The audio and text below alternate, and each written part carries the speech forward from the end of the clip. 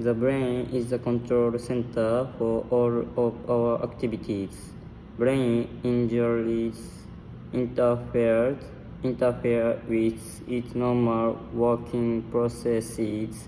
Injury damages nerve cells and then they cannot send information in an effective way.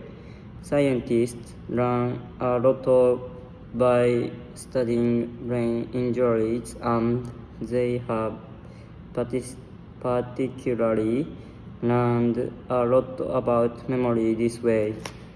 Scientists first studied the brain by looking into injuries to it. During World War, many soldiers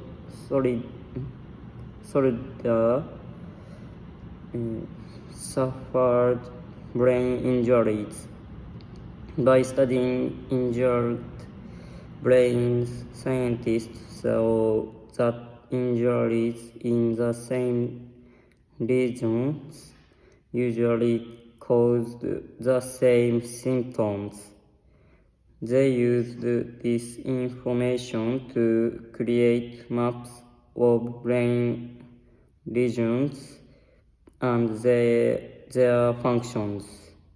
Much of what we know about the brain today stems from this study of brain injuries. A healthy brain works like a computer. It takes in, stores, and retrieves information. A new memory is first stored as a short-term one. The important information is then moved to another area and stored as long-term memory.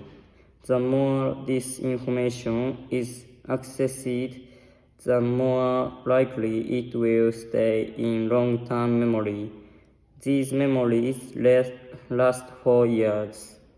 An injured brain can have trouble with long-term memory. Injured people are unable to recall the past and sometimes can't even remember their own names.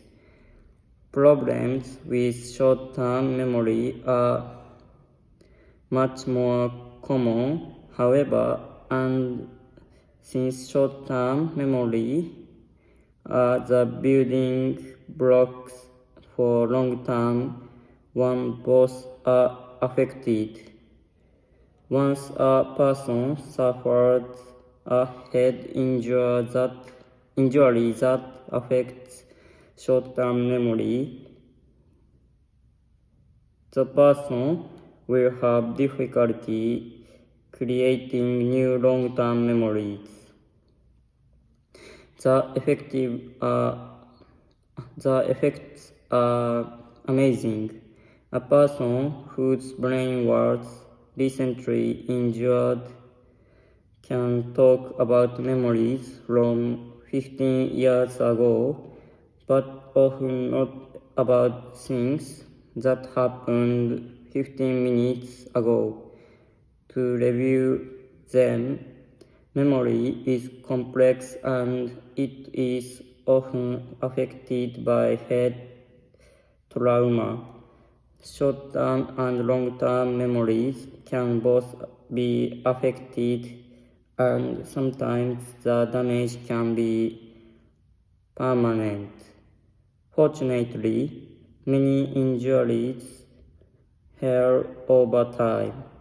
As scientists learn more, they will become better able to contribute to the healing process.